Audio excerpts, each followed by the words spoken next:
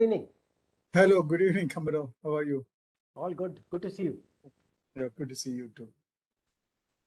And Happy New Yes, Year. sir. Happy New Year to all of you, sir. Oh, yes, of course. Happy New Year to you. Yes, sir.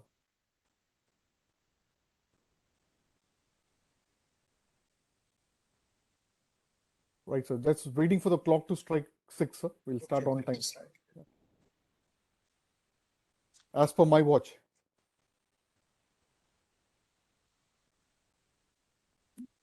That will give time for a couple of more people to join and listen in right from the start.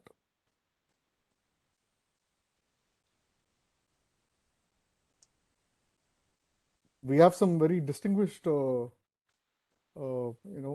achievers among the participants who are listening into this conversation. We have Lieutenant General Kandare and also Lieutenant General Vinod Bhatia here, sir. They are listening in today. Hello, General Kandare and General Bhatia. Good evening to you. Good evening, everyone. Good evening from Delhi. Good evening, Good General. evening. Good evening, sir.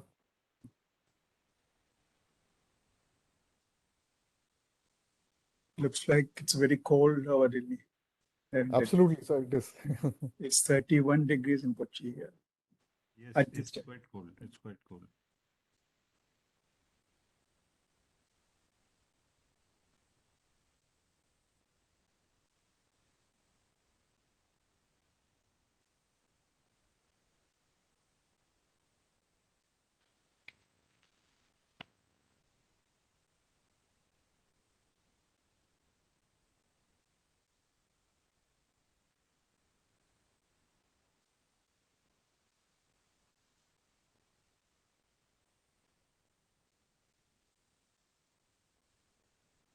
Good evening, friends. Thank you for joining this interesting session today on a very contemporary topic that is gripping the debates and analysis the world over by experts. We are going to be discussing the COVID conundrum that Communist China is now facing, and we are going to try and figure out if it's only China is only reaping what it had sown in 2019-20. COVID China's COVID crisis has now become unmanageable, as we all are reading in the newspapers. And for the first time since the 1989 Tiananmen Square popular protests, we have also witnessed the public outpour. They have come on roads strongly protesting the communist government in China. I would like to go on and on about this, but actually I'm not an expert. I would, as the host of the evening, it would only be proper on my part to let the experts on the subject speak. We have two distinguished speakers this evening. Uh, uh, so let me just introduce the speakers first, and then I'll make some administrative announcements. First, I'll introduce Sri Muralidharan Nair, our speaker. He's a distinguished senior fellow at the Kochi-based Defense Research and Studies, which is a think tank there. I am also a fellow in that think tank. And he's also a senior fellow at the, again, Kochi-based Center for Public Policy Research. Mr. Nair has held various positions in the government, both in India and abroad. His postings abroad include cities in the Greater China region. He is fluent in Mandarin, which is Chinese language, apart from a host of other Indian languages. He's based in Kochi, which is a warmer climate than most of us who are living in Delhi. Currently, the temperatures are pretty low, so you can see that all the people who have joined from Delhi are in their warm clothing. I will now introduce the Commodore R.S. Vasan. He's a retired Indian Navy officer who has served the Indian Armed Forces for nearly 4 decades. He's currently the Director General of the Chennai Center for China Studies, Triple CES. It is one of the very few think tanks in India researching and analyzing India's foremost enemy nation, which is Communist China. He last served as the commander of the Chennai headquartered Eastern region of the Indian Coast Guard. I know him from those days. We have known to each other like for the last 25 years or so now. He's again based in Chennai, as I announced earlier. Again, a warm climb compared to Delhi. So I welcome both of you to Delhi. It's a warm welcome from Delhi. So each speaker will get about 20 minutes to make 15 minutes to 20 minutes to make their initial presentation. After which we'll take up audience question if there are any, and then we'll go on as the debate progresses. So there are a couple of announcements, administrative announcements, as I said earlier. Since the speakers, we need to show our respect to those speakers, I request all participants to keep their mics on mute so that we are able to record this session in a much more clear manner. In fact, if you have any Wi-Fi issues because of which your bandwidth is low and you are not able to open up your videos, please switch off your videos and keep your speakers on so that you are able to listen to the speakers much more clearly, the two experts much more clearly. The idea is to send home the points that our speakers are making today. Also, if you have any questions, please type out those questions in the chat box. We'll take it up as and when the question answer session begins. Please mention the name of the speaker to whom you are addressing the question so that we can pose it to the right person and he can answer this question that you pose. So thank you so much for joining once again. I welcome the speakers, the distinguished people among the audience today. They're all senior people who have been my mentors. So I welcome all of you. Thank you so much for joining today. And I now request and pass on the mic to Mr. Muralidharan to make his opening remarks. Thank you, Mr. Bipindra. Good evening to all the distinguished people who are participating in today's discussion, and a special good evening to my colleague, Commodore Vasan. As Mr. Bipindra said, I also know him for a quite long time. Though we are from the neighboring states, I don't think we get to meet each other so frequently as we used to do in the past. Maybe another after effect of the COVID conundrum, as Mr. Bipindra would like to put it. So as I had a discussion with Mr. Bipindra a day ago, and he said that I can start with the first part of the COVID saga, and probably Commodore Vasan would like to take it forward from there. So I will probably speak about the origin of the disease. Why I would like to speak about the disease is it's still a new thing. We don't know how it originated. And then I may touch upon the origin of the virus as well briefly. Then how did the Chinese control it there? Maybe what happened after they lifted the so-called zero COVID or dynamic control system. I think Commodore Vasan may be talking about that. And I would like to focus on my talk. Is the Chinese leadership culpable?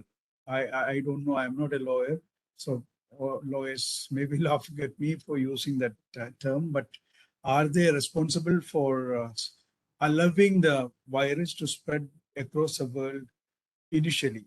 And meanwhile, they kept themselves safe. So I will try to speak about that. I won't go into the technicalities, but I will definitely try to pinpoint the responsibility on Xi Jinping. I'm not a so-called hawk, but based on documents that are available in the open space, I would like to say that he is indeed responsible for allowing the virus to spread across the globe 3 years ago, not now. Now he's going to do that again. He has got the virus now. They are unable to manage, and they have opened the borders for people to travel to all the places. So I would, with Mr. Bipidra's permission, like to dedicate my part of the presentation in the painful memory of a young ophthalmologist in Wuhan, Dr. Li Wenliang.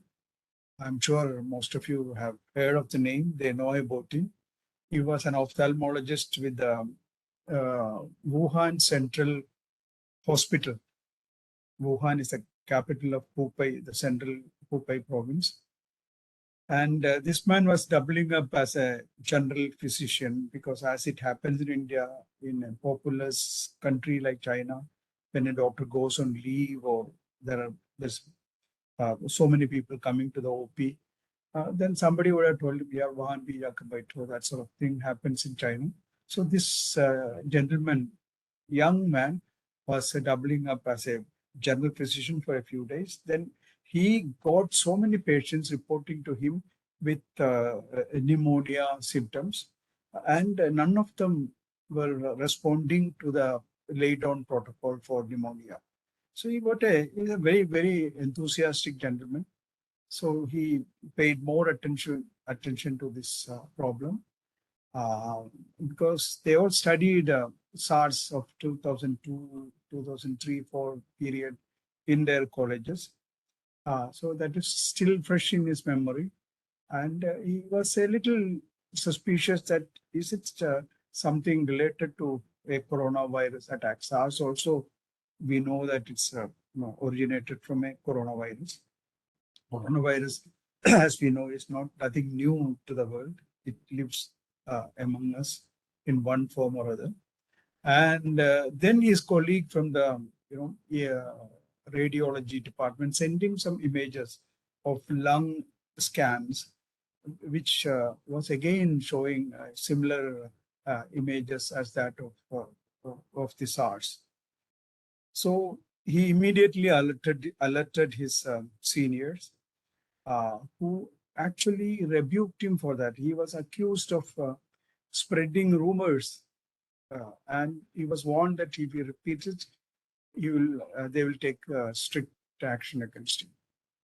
Then this man goes back to his hostel room, and he has this. They don't have or WhatsApp and all. They have something called WeChat, which is controlled from the four borders of China.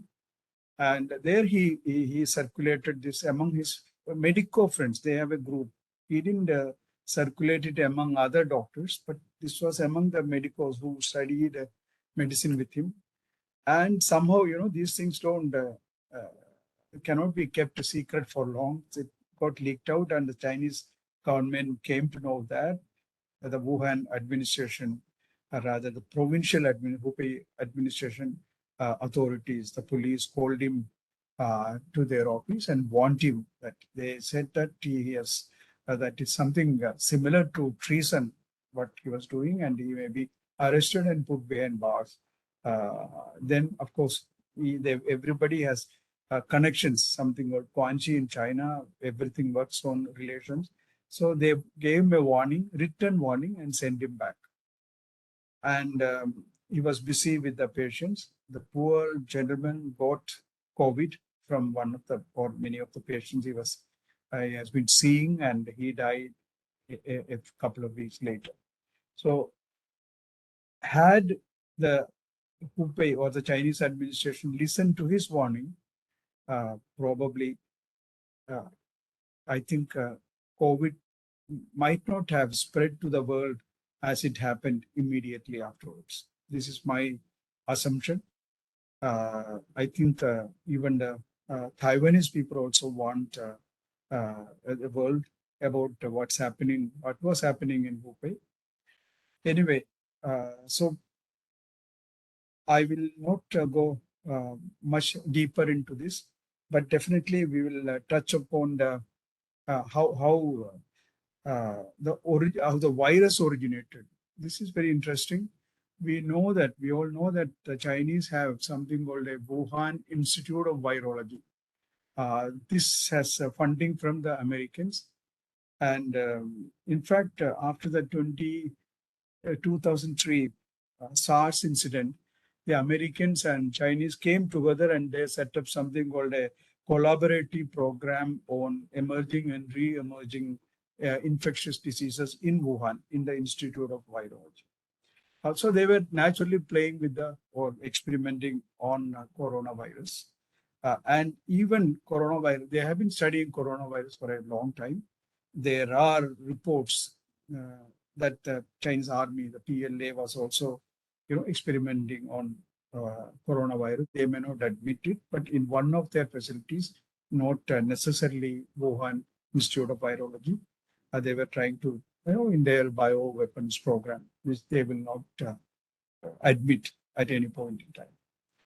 So probably they got a virus, and in fact this virus uh, is living in bats primarily, and Yunnan province, which is close to the Burma border, that way to the Indian border as well. They have a lot of disused mines there, and there are millions of bats living in these mines, and many of them have coronavirus in them. A later study showed that people living around that area, about this mine area, had developed immunity to coronavirus. This is a latest thing. The Chinese may not admit this. They don't want to admit anything for that matter. So they brought this one lady doctor. I can't recollect her name off the cuff. So she collected a few samples, living bats from those mines, brought it. There's a video on, I think, on the net on this, and she brought them to this Wuhan Institute of Virology. So probably the virus. I'm not talking about the bats per se. Some of the virus would have jumped to an intern, as the news came earlier, and she would have passed it on her to her boyfriend, and they both went to the Wuhan, their wet market, the famous wet market, which is closed down, cleaned and sanitized later on, before the World Health Organization team came for an inspection. So we don't know exactly how it happened, because Chinese don't want the world to know how it happened. When the World Health Organization team came, they tried to delay it. Even doctors, specialists who left their home countries on way to China were stopped in between, saying that their visa process is not correct and those sort of things. Finally, they went. They were not given any proper material which they would have liked to see. They were all given material which supported the Chinese narrative. They were not allowed to meet any patients who had contracted this disease in recent times. So Chinese are very adept at handling such cases. So how did the Chinese or why did the Chinese allow the virus to spread to other countries? They do not allow it to go, but it naturally they kept their eyes closed. They kept their mouth shut. In fact, this again happened during the same time when the Chinese have the Chinese New Year, the Lunar New Year, and millions travel. This year, at 2 to 3 billion trips are going to be undertaken by the Chinese. That is inside China and across China. So last time also they carried it. And Chinese, this Hubei province had its Lianghui. They said that they have this something called the National People Congress as its state or provincial People's Congress. Along with that, they have this advisor body called the Political Consultative Conference. They also had a meeting. So the Chinese leaders get their promotion by their performance, purely by their promotions and connections, of course. So that was going to be held at this period. The Chinese New Year was going to be held. So the leadership in Hubei province knew about it, so they kept mum. But coming back to my original point, did the central leadership, which is more important, central leadership know about it and they kept quiet? Now, that's a major question. I think that question will be answered by the future generation of Chinese leadership one day or other. The current leadership is never going to answer that question. We know for certain that the Chinese central leadership, particularly Xi Jinping, knew about it or at least they are fearing that they knew about the outbreak of the disease, because in they have this magazine called Chushu. Chushu means seeking truths. That is said the all powerful Central Committee's magazine. In the number 4th volume, that is the April issue 4 by 2020 or 2020 by 4, as the Chinese would like to write. There is an article saying that the General Secretary, that is Xi Jinping, at a Politburo Standing Committee meeting, we know that that's the most powerful decision-making body in China. He told the PBSC meeting, that's the Politburo Standing Committee meeting, to handle the situation very carefully. And we have not heard anything about it, either about this particular instructions being passed on to the people, that is the leadership, or any statement from anyone in the provinces or at the central leadership talking about it. Then, of course, Chushu had this article, but what happened to Xi Jinping is that on the 17th, after making this statement on the 7th, as claimed by the Chinese, then he goes to Myanmar for a two-day trip, 17th and 18th. Then he comes back from Myanmar. He doesn't go back to Beijing to take over the or handle the situation. He goes on a routine inspection tour of Yunnan province. He goes to New Year galas. He attends an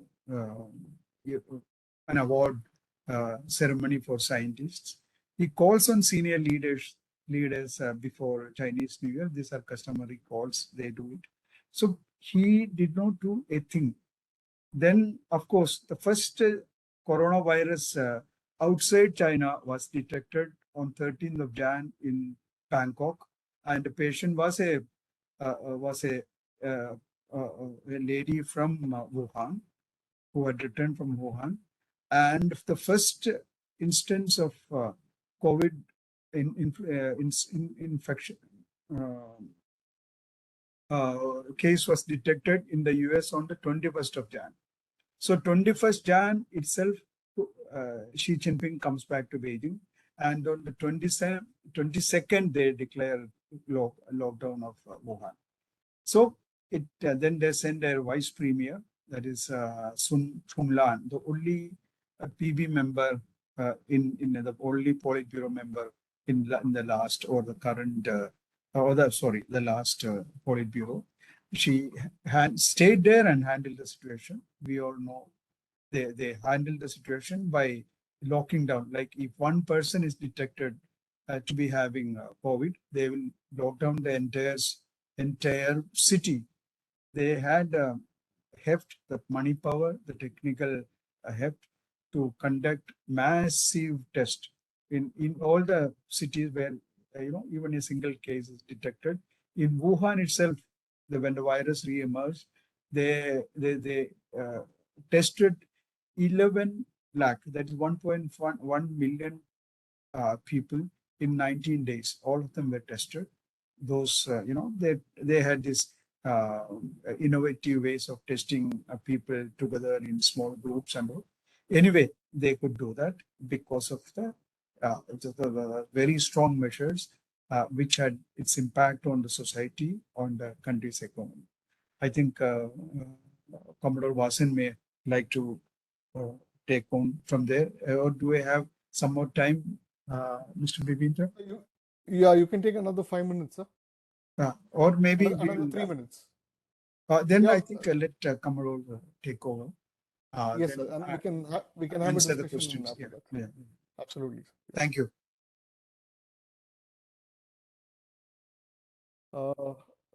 Before I come to Commodore Vasan, I just want to introduce the host of the evening, Law and Society Alliance, LSA for short.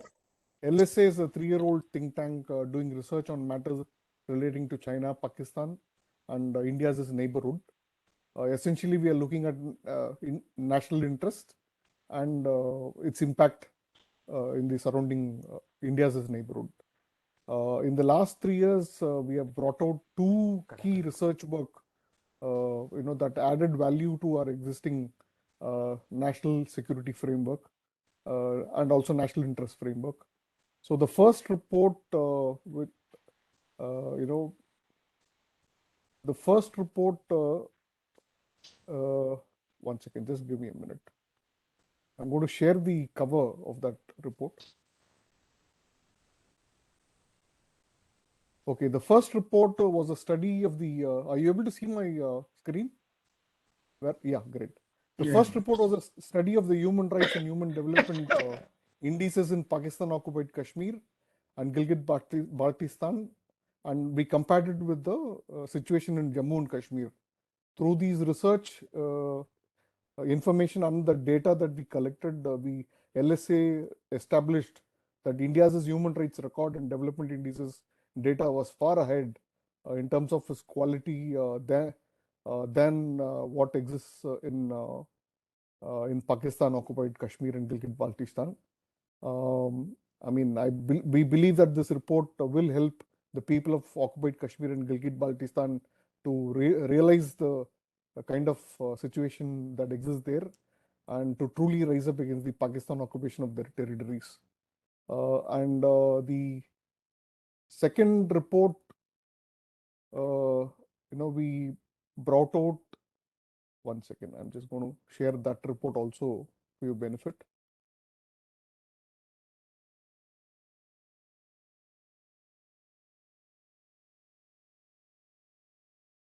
So the second report we brought out was this one, which turned out to be quite explosive and has exposed hundreds of individuals and institutions within India. We mapped the communist China's covert and overt influence operations in India by buying influence among India's film industry, media, journalists. Media, when I say media, I talk both about print media and the television media. We also covered academic institutions which were doing research favoring communist China and trying to influence the opinion of the people in India. Several think tanks were also exposed which were taking blood money from the Chinese government through the embassy in Delhi, and also the kind of impact they have had by taking up investments in tech industry in India, including social media, applications, news applications on your mobile phone, and payment gateways and all that. So we also covered some political parties that were aligning their policies and ideological leanings towards communist China. So this was a explosive report. The government has started acting based on a report in the last 2 years. So this we achieved success in this particular effort. We expose these fifth columnists who are Indian citizens and Indian institutions, but work as information and influence mercenaries of communist China. So this is the second report we did that we have done in the last 3 years. We are working on another report, but at this moment it is a secret. We'll come out. We'll talk about it when it's ready. So also I want to mention that if anybody is interested in contributing towards the work of LSA in the form of volunteering or associating with events and all, I'm just going to put the link for registration in the chat box. You can go there and just fill up that form. We'll get back to you. A lot of people who are joining the event today are volunteers who joined us through this kind of a link. So I'm just going to post it in the chat box even as Commodore Vasan is speaking. So now I leave the floor for Commodore Vasan to continue his part of the presentation, and then we'll take up question answers. Please post your question answers as quickly as possible in the chat box, mentioning the speaker to whom you are addressing, so that we can take it up. The time is yours, Commodore Vasan. Thank you, Bipendraji. Good evening to all of you again. It's always a great opportunity to be working with LSA, and I was fortunate to have participated in the release of the book, including the Hindi version of these influence operations. So I must compliment LSA for doing this wonderful work. Like Bipendraji brought out, we've known each other for decades, and I really appreciate the kind of work that's being done. which will promote national security strategy. So again, I must thank Mr. Muralidharan Nair for providing the backdrop to our discussions today. It's very clear as to where the virus originated from. Though China would definitely not admit that it happened in Wuhan, whether it's happened in those wet markets, etc. But that is a moot point now.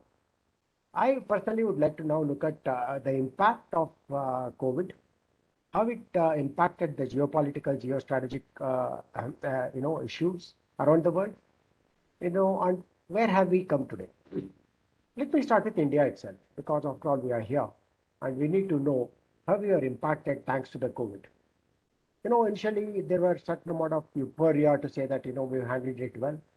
Then we went through a phase where there's mass migration.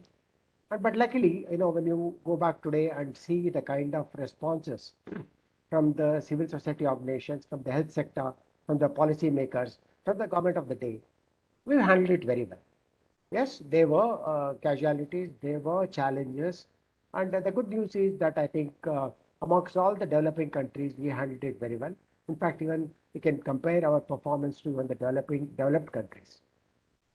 So this thanks to the health sector, which rose to the occasion, and also to the sound policies that were promulgated by the government. But this is at the domestic level. At the bilateral level, we found that China definitely tried to make use of this opportunity to redraw the borders by cartographic aggression as well as physical aggression. This is where the relations now are strained. They remain strained for the last 3 years, particularly after the 2020 clash-off. And we all know what happened recently when they also try to use the same kind of tactics of salami slicing along the Yangtze. We have some generals who are served in this area, so I'm sure they'll complement what I'm saying here today.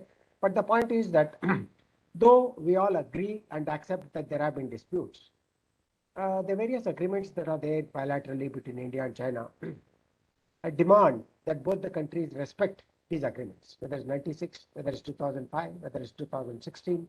There have been series of agreements, and all these agreements were to ensure that we maintain peace and tranquility along the border.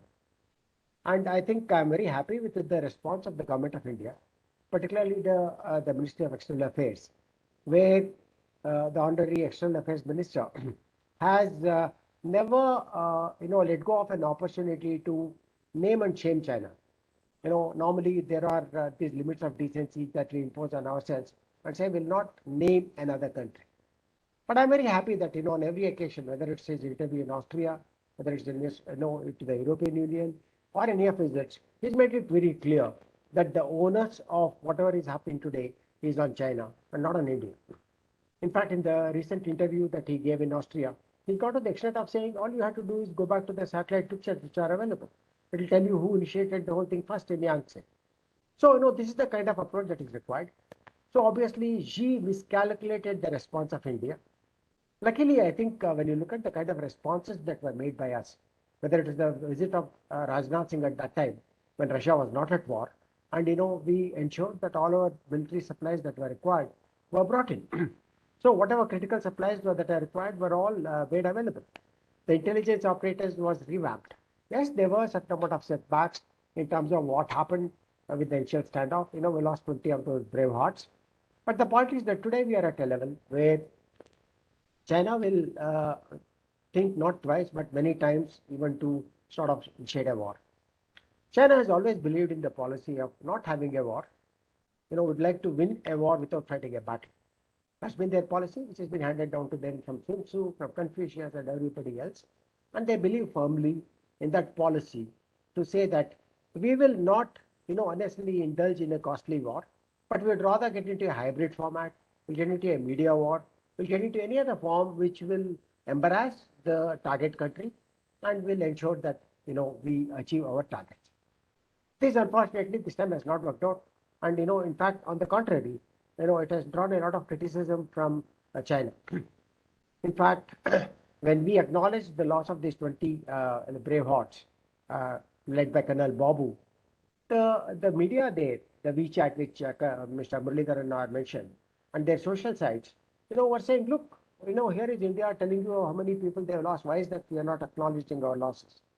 And the losses were much more according to various analysis that's been carried out.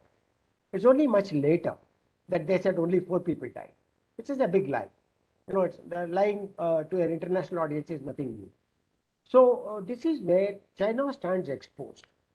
And not only that, China is paying a very big price for this misadventure because slowly after the COVID, people started losing faith in China, in the leadership, in their diplomacy, which is there, which was wolf war diplomacy.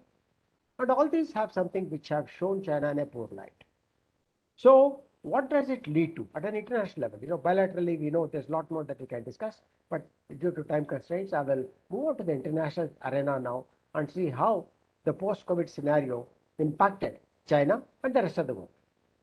Look at some of the international organizations.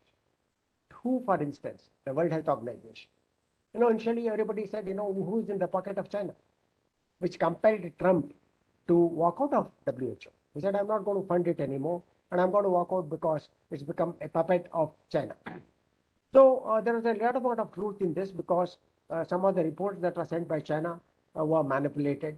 Even today, if you look at the death rates, there is a funny way of classification of these deaths. And when you look at the numbers of people who are queuing up in crematoriums, in sanatoriums and other places, you'll realize that those numbers, they say 4 people died today, 5 people died yesterday. So this is a big lie. It's not that their own people are believing it. The zero COVID policy, has had a boomerang effect. It's come back to hit the leadership badly. And while they may not admit, the fact of the case is that they had to yield to the protests. Like Muralidharan and Nair also brought out, after Tiananmen Square, this is the first time that facing this kind of a resistance from the people who spontaneously rose to say that zero COVID policy is not helping. Let's move out of our houses. Let's travel. Let's learn to live with it. Let's achieve herd immunity, which rest of the countries have done. Their vaccine efficacy is suspect. In fact, every country, wherever they gave away their Sinopharm vaccines, they have been affected badly. In fact, in black market, they've been going into other vaccines, and where even when they are given these Chinese vaccines, and it shows again the complete health industry and the kind of strength that we all try to look at China as somebody who's achieved all the successes in every field, technical, medical, health, military, etc. But this is one case where China stands exposed on many counts. Even militarily, there are a lot of issues on Taiwan. That was next to, when the Taiwan State issues were there. And of the Pelosi's visit, you saw what happened where the PLA indulged in carrying out missiles, firing in the exclusive economic zone. And this has led to a lot of issues in the Indo-Pacific. Who is the one who's going to pay for all this? In my assessment, it is China that's going to pay heavily for all this misadventure. Look at the defense budget of Japan. Now, Japan has increased its defense budget many folds because it realizes that not only North Korea, which has been firing missiles across in the Japanese Sea, but also China, which because of these initiatives in the Taiwan Sea, misadventures rather, is something that remains a threat to Japan. It's also given rise to Quad. The quadrilateral, remember, started in 2007, but there were two reluctant partners, India and Australia. And today, Quad is a formidable organization. Yes, every partner there says it's not a military alliance. It is an alliance that is giving many other spin-offs, whether it's the IPF, whether it's the Resilient Supply Chain Initiative, whether it's the initiative of the STEM, that's science, technology, engineering, mathematics. Just 3 days ago, I saw a circular saying that these exchange programs of 25 people from think tanks from these 4 countries is going to take place. Likewise, there are technical graduates and others who are going to come together to look at new challenges which are there. So obviously, at one level, I would say, I would even go to the extent of saying we must thank China for initiating all these measures, which we on our own perhaps would have not initiated, particularly the Quad. After 2007, it lay dormant till 2017. It's only 2017 again, we said we'll have the Malabar and also complemented the Quad. It's given rise to AUKUS. While we do say that Quad is not a military alliance, AUKUS is a definite military alliance. And that is something which is going to worry China, China's PLA and the leadership phenomenon. Why? Because this is a military alliance, stated or otherwise. AUKUS is a military alliance where Australia, USA, and UK are coming together, which involves exchange of technology, etc. So, if Xi Jinping has to sit and review his own actions in the last 3 years, if he's sincere, he will regret every action that he's done, and he will perhaps review the factor that all these misadventures have isolated China today.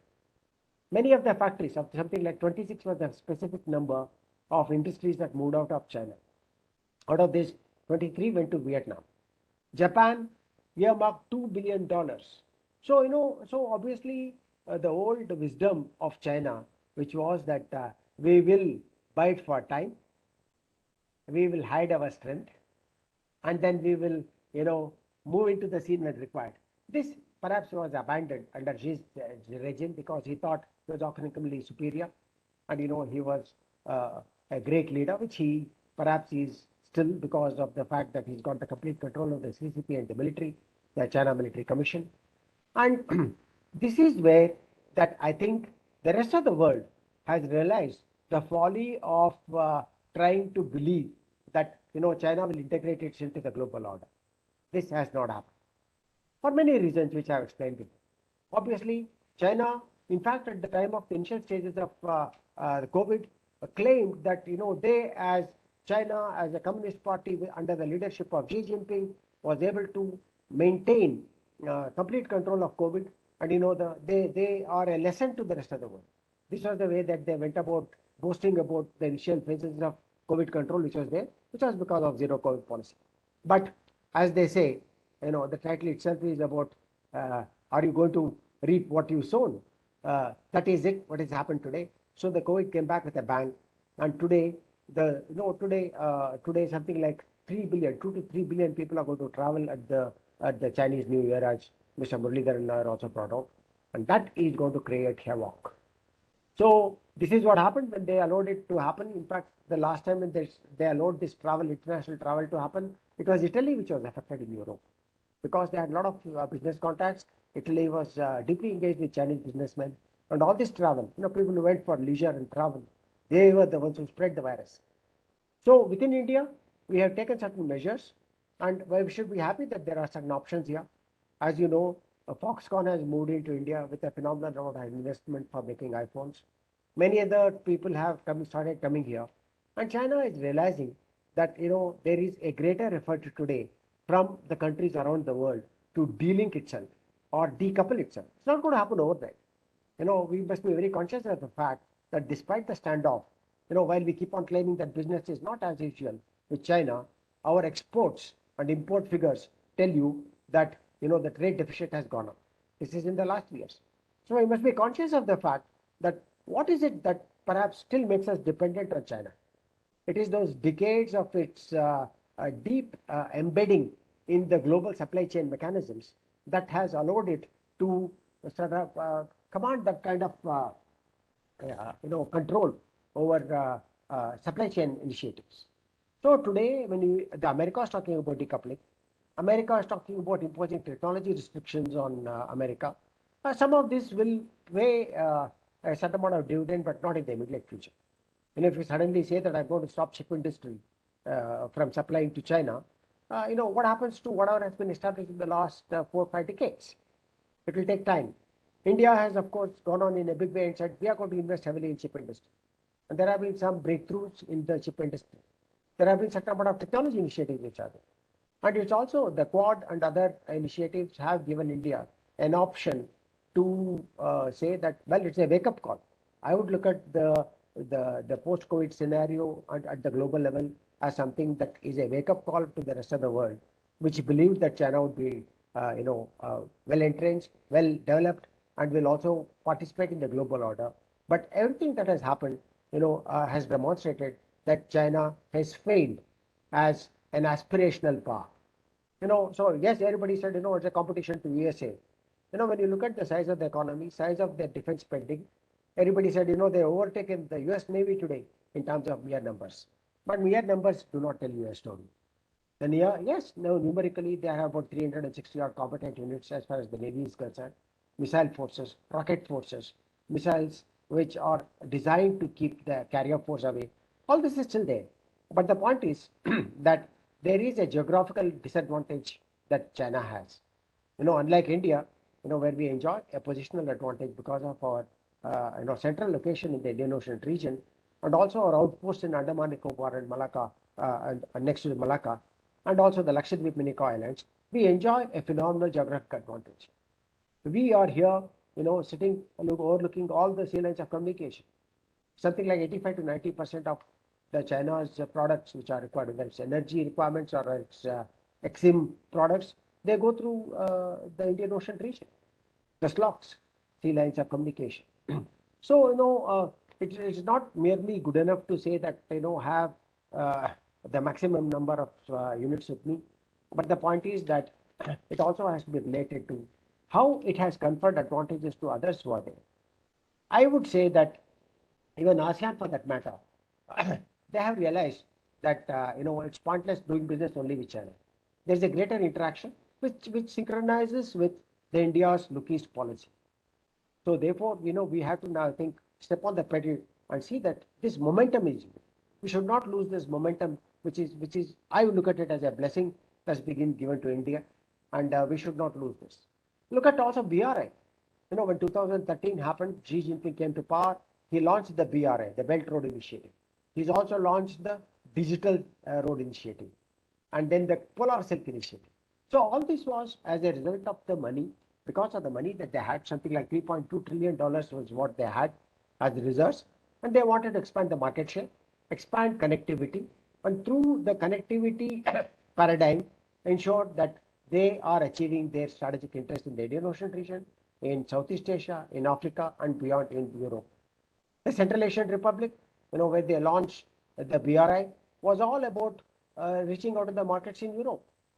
So, the BRI today, of course, today I have started reviewing, including from Sri Lanka, which is very close to us, an island which looked at it and realized that, they are not able to repay the loans. What we must know is that all the countries have realized, it's not just us. We, of course, abstained from endorsing the BRI concept on two counts, which is one is about impingement on our sovereignty, other was on the unilateral nature of the BRI investments. In Sri Lanka, they realized that all the contracts were drawn. It's universal. It's not just in Sri Lanka. Wherever though, once the contracts are drawn, the contracts stipulates that something like 80% of the value of the investment must go back to China in form of machinery, in terms of skilled personnel, in terms of advice, in terms of various other things which are done for that project. So the local people hardly gain. So 15 to 20% of the money that was there perhaps went to menial labor because the specialized labor was all coming from China. And there are also accusations that they brought in prisoners from China, shiploads of them, who are, like in Colombo Port City and in Hambantota, who were given a task to complete the task with the promise that they would be released 10 years earlier or 15 years earlier. So many of these practices which are there are violative of human rights. So it is the first time that also greater attention has been drawn to the happenings in Xinjiang, South Mongolia, also in Tibet. Now these are issues of concern for us. For whatever reasons, the rest of the world, including the OIC, has closed its eyes to the happenings in Xinjiang, the kinds of human rights violations. If anything happens in Kashmir, you see the kind of unanimity in passing resolutions when the OIC is concerned, the K factor. But when same thing happens in Xinjiang, where the Muslims there do not even have basic rights of worship, of their code of conduct, of their dress codes, or observing fast in Ramjan, they are all being now, just like in Tibet, they are required to go through an orientation course. It's more like a brainwashing course, where it's mandatory for them to go through this. So whether it's Tibet or Xinjiang or southern Mongolia, the human rights are phenomenal. It's only recently that some note has been taken of this. Not that it was not known. It's just that the rest of the world, because of the money power and the muscle power, have kept quiet, and they're not been able to do anything about the kinds of violations that exist. How much more time do I have, Mr. Bhupendra ji? Sir, if you can just conclude in a minute or two, Right. sir, so that we Oh, can I'm take sure up that questions. whatever has not been covered can be taken up during the question and answer session. Yes, sir. Point is very clear. I again would like to re-emphasize the fact that I look at this as an opportunity for India. It's very important to know, and China has been exposed on many counts, whether it is their failure of vaccine, whether it's foreign diplomacy, whether it is their wolf warrior tactics, or the aggressive behavior of people there. So let's look at this as an opportunity and see how we can shape our responses, which takes India to a trajectory that helps us in the coming decades. Indigenization of Atmanirbharta has taken off. Thanks to this, I would say. Thank you very much, and I look forward to the interactive sessions. Jai Hind. Thank you very much, sir. Two great presentations on the origins and also the geopolitical impact of the COVID scenario, the Wuhan virus, as they call it today. We have a couple of questions from the audience, so we'll take that up, and then in between, I also have a few questions that I would like to ask and gain knowledge from both the experts. The first question is from my classmate from Nalsar University, Security and Defense Law Studies, Anu Muralidharan. She has asked this question to Mr. Muralidharan Nair. She wants to know your opinion on the zero COVID policy and the abrupt, easing of that policy by China, Communist China, and the kind of this built a lot of quarantine centers and smart apps to track people, and then they withdrew the policy. And how are the data that has been collected, that will be used by Chinese? This is the question she has asked. It's a two-part question, sir. Thank you for the question. I think I have to cover so many things in that I may keep forgetting, in between. So I can kindly yes, sir, no remind problem. me. I will remind you as and when Okay. required. About the zero COVID policy, this is another error of commission here. If in the case when Xi Jinping did not tell the world that about the COVID spreading in China, probably that was an error of omission, whereas this is an error of commission.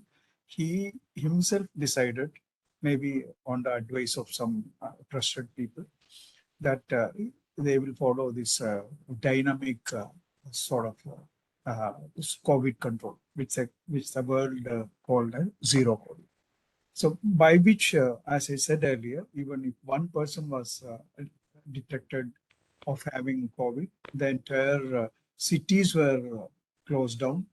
And during the past 3 years, at any given point in time, nearly 300 to 400 million, nearly 3 crore to 4 people were under some form of lockdown in China all along.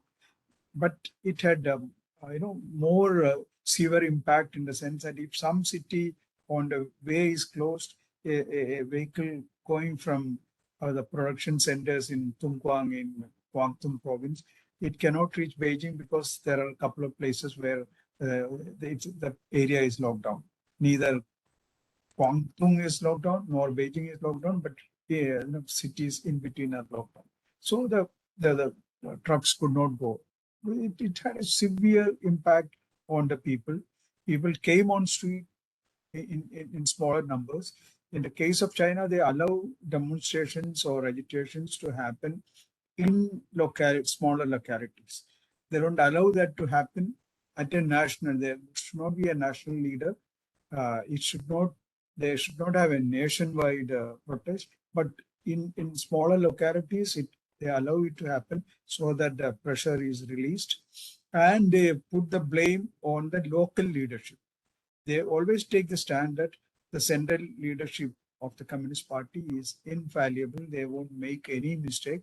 And it's always the mistake of the local leader, and they can be sacrificed easily, or they may be demoted or transferred to another place. And if they have real good connections with the central leaders, they will be reinstated in some form or other at a later stage. Sorry. So by way of COVID, factories were closed, workers were not allowed to come to the factories. In fact, they have around 250 million migrant workers.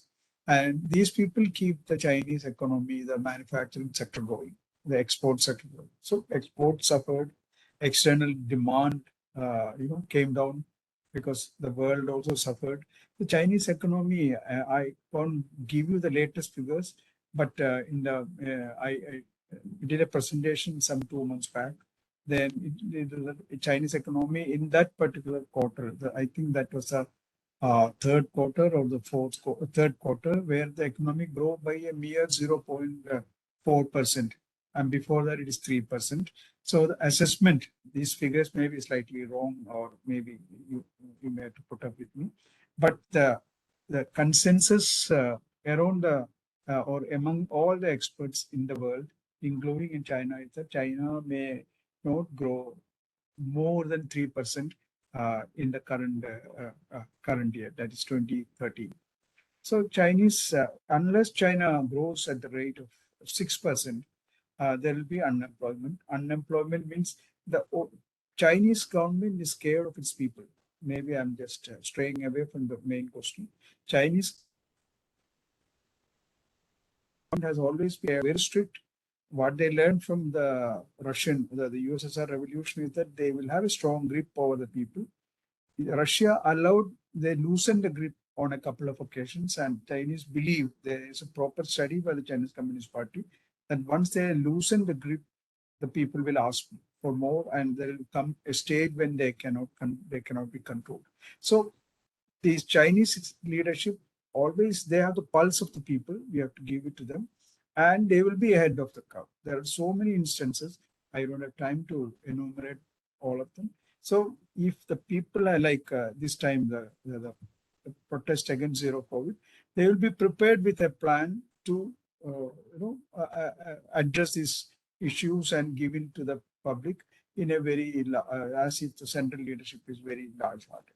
Today, I heard I read a statement from a Hong Kong, one of those Chinese paid media spokespeople, that now China was waiting for the COVID to become an endemic from a pandemic, so that it's the virus, the virulence of the virus comes down. Its transmissibility will go up, but it is no more lethal. That sort of thing.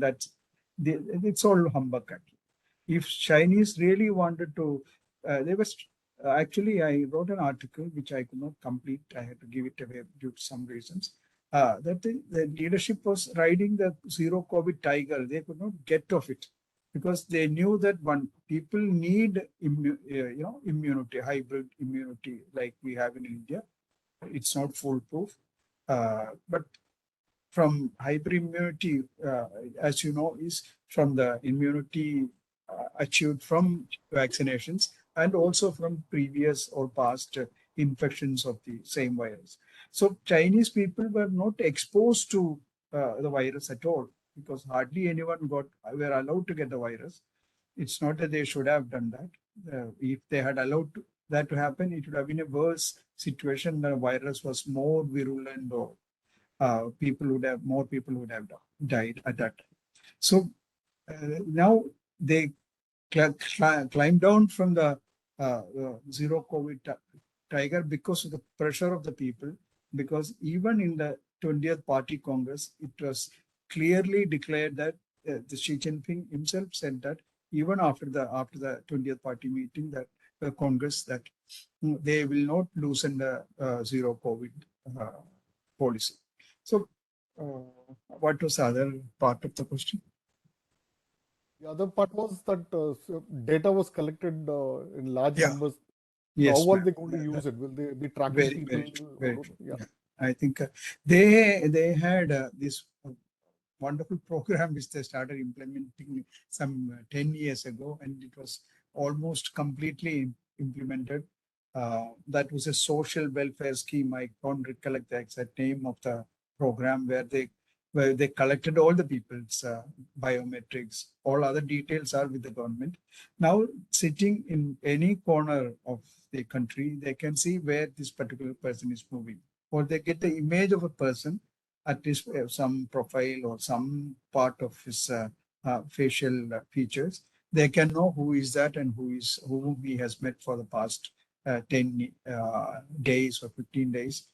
They keep storing this data. So every man is mapped. But using that word intentionally, his biometrics are caught and used.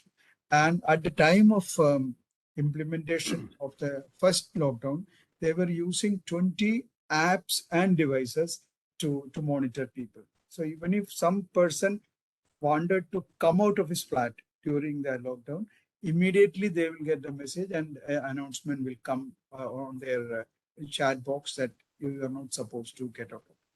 Or there will be a drone moving around and advising, or if somebody comes onto the road in those days, a drone would come. So they had these 20 apps, and interestingly, they tried to export these apps to their so-called friendly countries, along with the apps, not all of the apps, but along with the Chinese governance model. They said, we'll give you this, but you follow our model of governance. So some of the countries resisted, as I understand.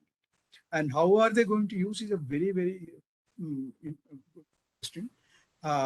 Recently the Chinese real estate sector collapsed. Now only Chinese government can prop it up. They have the resilience, or they have the money power to do that. They can ask the bank not to ask the man to ask the real estate company for a repayment of the loan, or ask them to wait. And they have so many mechanisms by which they can control the economy. So there was a company which took money from people, because people have lesser options in China to park their extra income, their disposable income. So this real estate sector came up with fantastic ideas, like some companies in India do, some non-banking companies do in India, offering great returns of their investments, and they all took bonds from them. And these companies, Evergrande is one of them. They were unable to repay it, and some, in fact, in another case, another bank, a local private bank, also took money and they just vanished. And people went to protest against them. And interestingly, China at that time, during the zero COVID, they needed an app. It's a bar, a green bar, like in Gulf countries also, they have green bar system. Some other countries also had it. So you had this green band, that is, you are free of COVID, that you have a test done within some 48, before 48 hours. So all these people who went to protest, their bands turned into red from green. They already had green, but they controlled it from the center, and they made it into red, so that people were forced to. The police came and said, you have a red band, go back. They said, it was green till 2 minutes ago. They said, nothing doing. It's red means red, you go back. So they are misusing it. They have people's data already stored. Like even in my times, everybody was tracked. Everybody was, in fact, in 1995 or 6, I think our Mr. Y.B. Chavan was our minister during that period. He came to Beijing. At that time, Beijing was still struggling to put up an image for China. So they all used to be brought to Shanghai to show off their newfound wealth and progress, or their buildings, to be precise. And we were taken to the Chinese host took us to the police headquarters. We were Mr. Y.B. Chavan, not Y.B. Chavan, S.B. Chavan, I'm sorry, to their police headquarters in Shanghai. The municipal means, please don't misunderstand it. Municipality is more than a province, actually. It's a centrally administered municipality, which means it's as big as or maybe even bigger than most of the provinces. So And there, even then, they had these monitors at that time. It's not the modern apps or computers, and all computers were just getting popular. They used to watch the entire city, at least the main roads and centers, junctions, meeting places, public places, on different monitors. You know, the entire 3, 4 walls were filled with monitors, and so many people were watching 24 hours. So they can pick up anybody from some point and follow him to the other point, maybe through changing the cameras they are watching. So they have been misusing it, and they will continue to misuse it. Like in Kerala, we had this issue of during COVID. The local government had signed an agreement with an American firm for collecting data and processing it. Then, of course, there was a big hue and cry that you have sold, the government has sold it to the American private company. But that's a political thing, so I don't want to go into it. But data is used. And for the Chinese, Mrs. Muralidharan asked the right thing. For them, data is the main thing. Some of the tech companies, these high-tech companies, were penalized only because they started accumulating a lot of personal data of people. Because Chinese government believes, or the Communist Party believes, only they can hold or sit over such huge amount of data, big data, not the private company. So they are misusing it for security reasons. Any part I left? No, sir, you have covered all. I think data is being used, is being weaponized at this point in time by Chinese. Weaponized, exactly. That's it. Exactly. It's an Yes, sir. old So, story. yeah, absolutely, yes. Hmm. So they've been doing it for a very long time now. In fact, we have more questions. Actually, a lot of questions are pouring in. Now I direct this question towards Commodore Vasan. You have seen that a lot of since this second wave of COVID hit the Chinese, the communist China, you find a lot of nations imposing travel restrictions on Chinese citizens and all that. And also the Chinese government themselves are cracking down on social media users, Weibo and all, from leaking or criticizing the government on this. You talked about this lone wolf diplomacy, and the Chinese have reacted back saying that if you do this travel restrictions, then we will also impose a very strict, restrictions or whatever the reaction that they would do towards the nations which are imposing. So this kind of a tactics, they've used it against Australia also when it sought investigation into the COVID origins, all that. So this kind of a lone wolf aggressive diplomacy, where is it going to take the communist China? I know it's a very interesting point that we need to debate.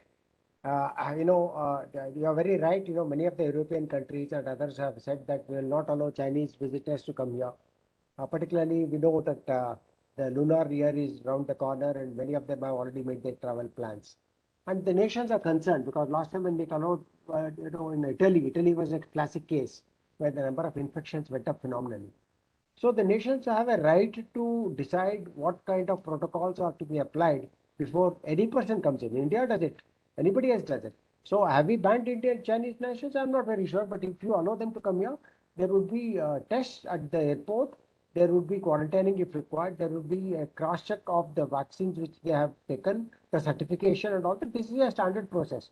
So I don't see any sort of value in what China is trying to say by saying, you cannot ban my travel. My country is going to be affected. So I'll decide how I regulate the flow of tourists or businessmen into my country. So obviously, the countries which are there are being threatened to say that business interests should be affected. Indirectly, they are trying to say that if you have business interests in China, if you invested a lot in China, then we are going to regulate the flow of those people so that your business interests are affected. But I feel that this is a very wrong decision on part of China. It will be counterproductive. Hit them back hard. I have no doubt that it will hit them back hard because it will only ensure that people move away from China even more. They realize how ruthless this regime is, which does not allow its citizens to protest, and how it wants to manipulate even the serious situation that's in China perhaps even I would even go to the extent of saying they would like to again spread the COVID into other countries which are there and see what's the fun. So I think India also has to be careful and say, look, I have the right to decide who I allow. It's not necessarily only a Chinese, whether it's an Australian or a Cuban or Mexican who comes here. I decide, what the protocols are that should be followed before I allow him, grant him permission to see my country. Simple. Or whether he wants to invest in my country. So you don't have to come right now. You come when everything is okay with you.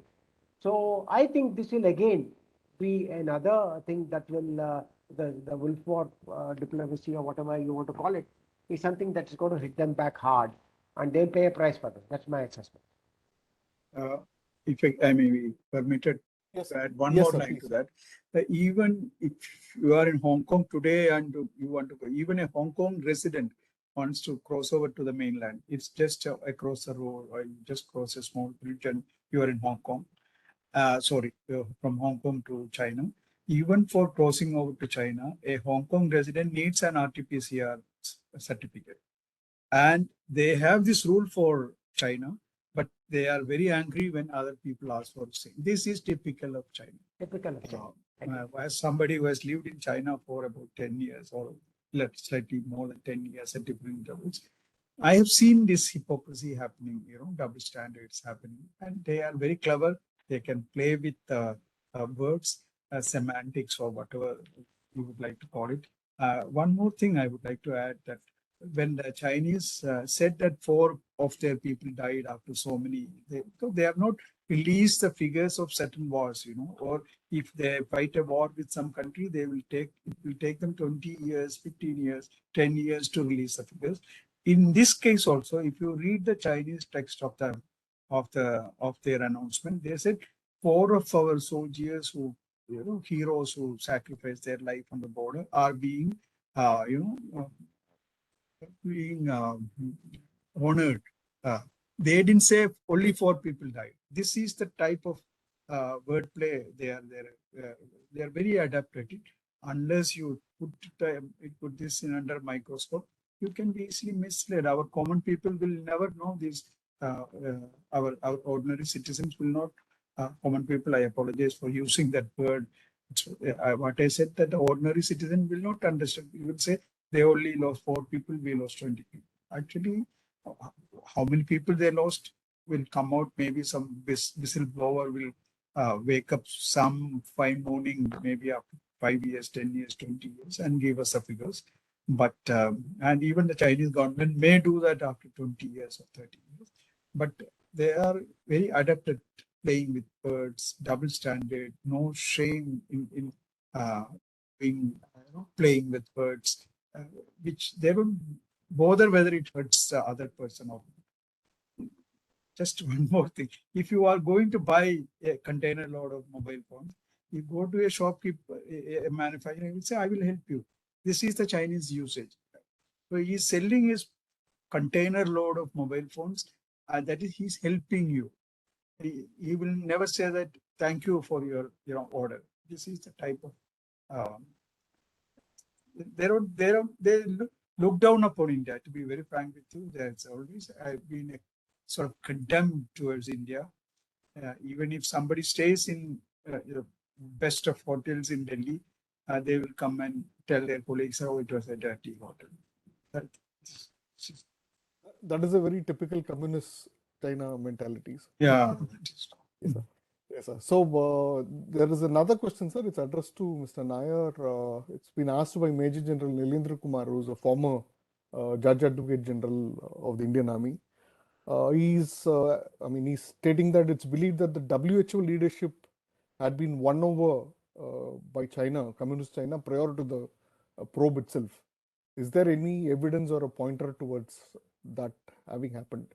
Is what we assess. Yeah. Okay. Thank you, General, for that question.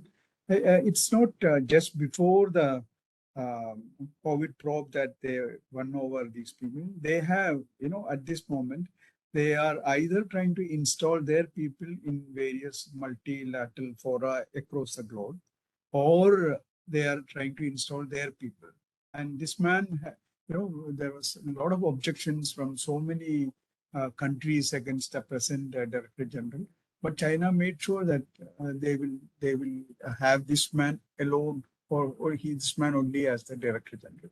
So this is a policy of the Chinese to place either their own citizens or playable people in all these multilateral fora, because this man was probably, if I'm not mistaken, he was a minister in his own country. And the Chinese keep winning over all these ministers, politicians, bureaucrats from across. And as your own study has proven that they go around, by people, by offering them, uh, you know, trips to China, scholarships to their children in China, or even a scholarship to a bigger university. But most of the countries do, Americans do that.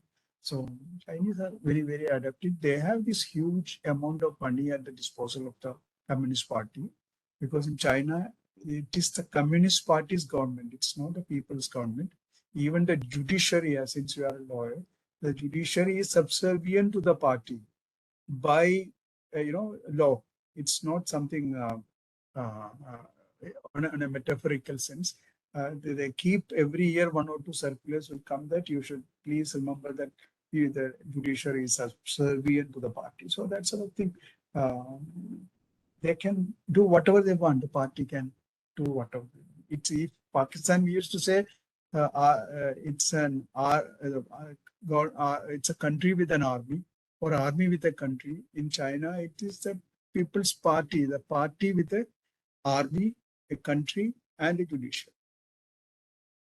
Right, sir. Thank you so much, sir. We have a question from a law student, Ansh Nagpal.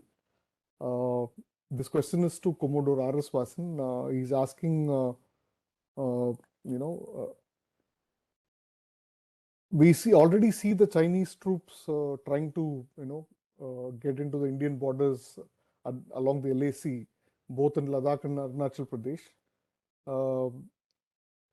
What is the thought process of the Chinese in this regard? Why do they keep doing it, and what will India do to stop such skirmishes and disturbances along the LAC with China? I know, again, it's something that has been worrying us in terms of particularly the analysts as to why China is doing this. I think some of the answers are fairly simple. They want to use some leverages which will keep India, always on the run. So whether it is post-COVID, whether it is its support to Pakistan when we wanted to proscribe some of the terrorists which are supported by Pakistan, the masterminds there, it has made it a point to use its veto power. So the idea is all to ensure that India is always under some kind of a pressure by using these handles, whether it's the nuclear supplier group, whether it is this United Nations Security Council 1267, or whether it is the border skirmishes that are taking place. They believe in the strategy of salami slicing, which everybody has spoken about. And the fact that even after the standoff, which started off in 2020, we've had 17 rounds of talks, tells you that they're quite happy going on with this dialogue. And in every public forum, they say, no, we need to put this aside. We must carry on with business as usual. And it is the first time that I think the government of India has made it very clear. It cannot be business as usual. You first honor all the commitments that you made, whether it's 2003, 2005, 2009, 2016, various agreements. You can go on talking about these agreements. It talks about not violating the LAC, not having situations such as this, which has been thrust upon us by China. But the point is that they believe that this will keep India under check. They were unhappy that we joined the Western Alliance, we joined the Quad, we did not join the BRI, we did not participate in the BRF. So, all these are also some of the things that they viewed as actions against China. But as far as India is concerned, as has been always indicated, we work according to what serves our interests most. And China is not going to be a country that's serving our interests. You see the kind of support, it supported Pakistan to the hilt, whether it is their weapons, whether it is their economy, whether it is the CPEC, which I always call the China POK economic corridor. So this is a strategy that they feel would work against India to keep it under check. We are spending a lot of money to keep 60,000 troops along those snow-clad mountains is not an easy task. So there is a drain, but they realize that India cannot be handled like any other small country. It's not a banana republic, and therefore the lessons have gone home to China, and they are now worrying as to how to deal with India. Which is only growing in stature in international circles because of, though there is an economic differential. We always remind ourselves of the economic differential that exists between us and China. But notwithstanding the economic tension, that what is clear is that this strategy of salami slicing, of trying to put pressure on India through other areas, is not that's going to work continuously. It may have worked for a very brief time. So I think China has also realized this. Hopefully, that should lead China to carry out some kind of an introspection, which would make that behave better as an aspirational power that wants to be in the top three of International Committee of Nations. Right, sir. Thank you very much. So we have another just about 10 minutes to the end of the program. So we'll take up two more questions, last two questions. This one is addressed again to Mr. Muralidharan Nair. The question is why China did not agree to an international investigation into the COVID origins, and what is the benefit that China achieves out of suppressing this kind of an information that's likely to destroy the entire human race? Yeah, very, very good question, actually. If you have something to hide, you don't allow the police to come to your home, or you go for an anticipatory bail, or you destroy your evidence, you sanitize your area. So you feel that, this country has a sense of false prestige. This is not a new thing. In anything they do, they want to say that the Chinese model of governance, the Communist Party's model of governance is much, much superior. They kept on saying that right through the COVID time and even before that. So as I said at the beginning, this happened in Wuhan. This particular आज the wet मुझे लग market रहा है today is the is not coldest far evening. away from the market is not far away from the पता नहीं इसमें Wuhan Institute of Virology. So हाँ। the virus escaping from there. It's not that the virus physically आज मुझे इतना नहीं and लगा कभी तक goes to the market. It's on somebody's body, whether the virus, it's seen on the bats. It would have jumped onto the humans. From the humans would have gone to the market, and that was the index point. The index people or index case is the first case where the Chinese have to show to the people. So that particular intern about whom I mentioned earlier, she said that no, she was not the patient or her boyfriend, nor her boyfriend, but in fact, the index cases originated in the wet market. That is a fact. Now, the issue with this virus, initially, as soon as the virus broke out, the Chinese scientists or the doctors took 10 days, only 10 days, to analyze the genome and said that, see, look at these pictures or images. This is not a human manipulated virus. Initially, the world bought that idea, but later on, when investigations went deeper, they say that I forgot those particular words for that. There is the virus cannot go; it can enter your system, your lungs, but it has to go and stick to some place. So this particular virus, it's something like a nut and bolt. The virus has a bolt. It has to go and fix in the human body in a bolt or a crevice. And this particular protein, this bolt thing, it's a particular protein. I forgot the name. This has to go and fix there in our our lungs, our larynx or pharynx or wind tube. This later on was found that this is man-made. This has been manipulated. But when the virus mutates from 1 to 2, 2 to 3, keeps mutating, then it may be very difficult for to find out at what point in time this particular thing happened. But still, at that time, scientists, a section of the scientists proved or at least claimed with evidence that this has been manipulated. So where this was manipulated, definitely in China. But the Chinese insisted the virus did not, or please mark these words, it did not originate in Wuhan, it only emerged or it was detected in Wuhan, but it did not originate in China.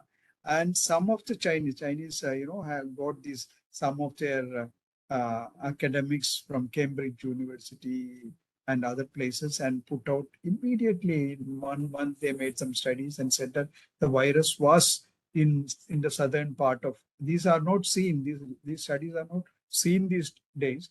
The virus was in the southern part of China, maybe hinting at Guangdong, and it would have hinted Guangdong, that is adjacent to Hong Kong, through some traveler.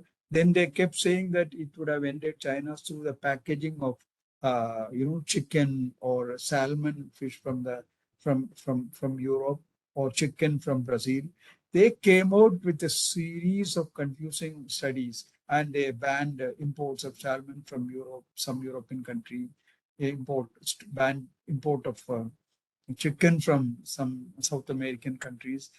They kept confusing the whole world, saying that this has come. And they even said that there is a world military games, something like Commonwealth Games or whatever. It happened in Wuhan in October 2019. And, army, the military personnel from all over the world came to Wuhan. Then they said these people would have bought.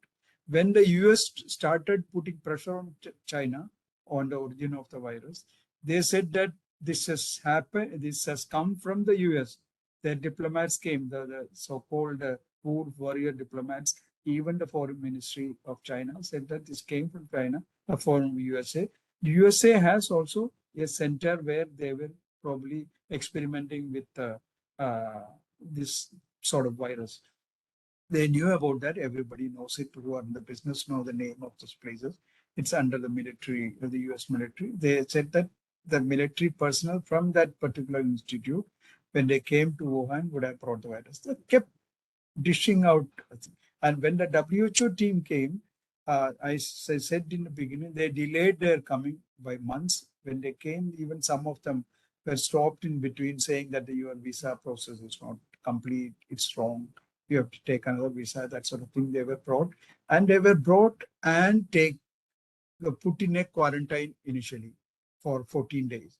So whatever investigation they could do was through the video conferencing. So you can see how somebody can investigate the origin of a virus through video conferencing.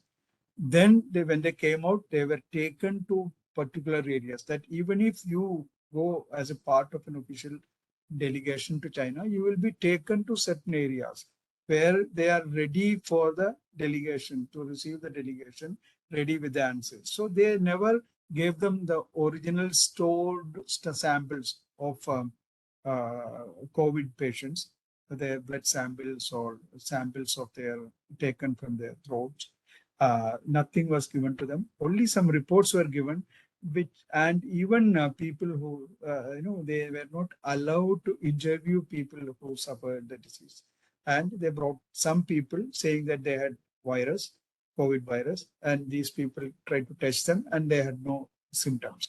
So even your immunity or your antibodies in your body will vanish after some time. So they selected such people. The only reason, my young friend, is that they have this false sense of, it's a false of pride. Whereas a virus is a virus, it comes and it can originate. But the more cause for their false pride is that so many, coronavirus related things happened in China. SARS came in 2002-3. They may say that it originated in another country. They have this H1N1. They are, because of their particular way of eating habits, they eat everything under the sun. I'm not, I don't want to go to that level of criticism, but they eat everything. So that is one reason. but so are the people in so many other countries. But here they keep their animals, their bats, their snakes, their cockroaches, their uh, chameleon, dogs, all whatever they see under one roof, in one facility. So the question of the virus jumping from one animal to the other increases. I hope you are jumping doesn't mean that the virus physically jumps it. It comes out through the sneezing or coughing of an animal, and the other animal inhales it and it gets infected. So normal course, a coronavirus should not infect a human. It will never infect a human from the bat. It has to come through some sort of a intermediate animal. There is a word for that. A host animal has to be there. So since these are all put together, if you go to a Chinese pet market, you will be shocked to see the assortment of like as if you are entering a Western bakery where so many baked cakes and pastries and all sorts of things are kept. Like that, you go to a Chinese pet market, you can see all of them under one roof. So they live there. Even the people live there, and so it's easy to jump from one living form to the other.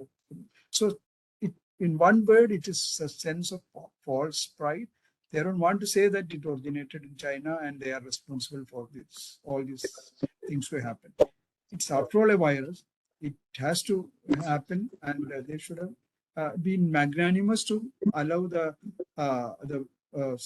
team of experts from WHO to inspect it and find a reason for that, and so that such things do not happen in future. But Chinese are Chinese. We won't comment further on. Yes, sir. Thank you so much, sir. And this will be the last question of the day, addressed to Commodore Vasan. Sir, I mean, if you remember when this COVID thing struck in 2020 and Donald Trump was the president of the United States, and he did talk about seeking compensation from China for the kind of impact it has had on the economy and the lives of people in the US. So similarly, I mean, though this there are legal issues that the sovereignty is an immunity to China, but the point is it possible for the world, the nations that were deeply affected by this Chinese virus, to seek a compensation from China for the kind of damage that they've done to human lives and the economies? Should they? Well, in fact? I think you can totally forget about this. It's a hypothesis, because they're not even going to allow you to prove that it originated in Exactly. Wuhan. And so the question of proving that it happened there itself is a big issue. If you are not even allowing WHO members and you're not established that it actually originated from Wuhan, how are you going to prefer any kind of a claim? It's not like war crimes which happened between Japan, between South Korea, between any other countries there. So this is wishful thinking on part of Trump, but he was trying to score because initially America was not in a position to manage the entire spread, and therefore he was trying to find fault to China and pass on the blame. He was no different than any other leader. So therefore, but he did walk out of WHO when he realized that there was complicity on part of the WHO leadership, who tried to perhaps say that it had nothing to do with China or the Wuhan labs or the wet markets. So therefore, from that point of view, later on he was criticized for walking out of WHO because they said by walking out, what did you achieve? You should have been there and you should have put pressure on WHO to see that their procedures were reviewed in terms of establishment of culpability, etc. But coming back to the question, I don't think this will happen. You can forget about it. Nobody is going to accept to start with that it started there. He will say, prove it. So for proving it, you have to go to Wuhan, where all the evidence has been destroyed. So let's forget about this. But look at how we can corner China. I think that China is paying a price differently for what it has done, for the kind of excesses that it has committed. It's already paying a price. And like I said, I would like to look at sitting in India, look at this as a great opportunity for India to tweak its procedures, look at itself, and see how it can cash on the opportunities that abound thanks to China. Let's thank China for what it has done to itself. and for what the kind of opportunities that it has provided us. Absolutely, sir. Thank you so much, sir. Dot on the kind of answer that I was expecting. Thank you so much for that. With this, we will end the session. But before that, I have a couple of announcements to make. We have our next event on Saturday, January 14th, which obviously is a festival day. Shankranti, Pongal, all these farmer-related festivals will happen on that day. But yet we'll be meeting and discussing a very important topic. Recently, a Mongolian human rights activist named Mukbayar Chulunroj was sentenced to 10 years in prison because he was raising the human rights issues of southern Mongolians who are under the occupation of communist China. We are going to be hosting an event in which the advocates of this gentleman who has been sentenced to prison will be addressing, and also we'll have some Mongolian human rights activists and southern Mongolian freedom movement activists who will be addressing this event. That is on January 14th, Saturday, coming Saturday. I look forward all of you to join that event at that time. Till then, thank you so much for this evening. Thanks for this wonderful conversation that we had. And I thank both Mr. Muralidharan Nair and Commodore R.S. Vasan for sparing their time and their wisdom with all of us today. Thank you very much. And for all the dignitaries who participated and graced our session, by joining us. Actually, they all can be invited to speak in such events, but they were gracious enough to be listeners as people who are seekers of knowledge. They were here today. So I thank all of them also for joining, without whom this event would not be possible. I also want to thank the Law and Society Alliance's Secretary General Kumar Vaidyanathan, who's an advocate in the Mumbai High Court. He was here for some time, but obviously there was he messaged me saying that there is a bandwidth issue, so he had to drop out. We also have Mrs. Rashmi Sharma, who is a trustee of Law and Society Alliance here, and several of my friends. I thank all of them, and I wish you a very wonderful and a pleasant evening after this event. Thank you so much. Thank you. Jai Hind. Jai Hind, sir.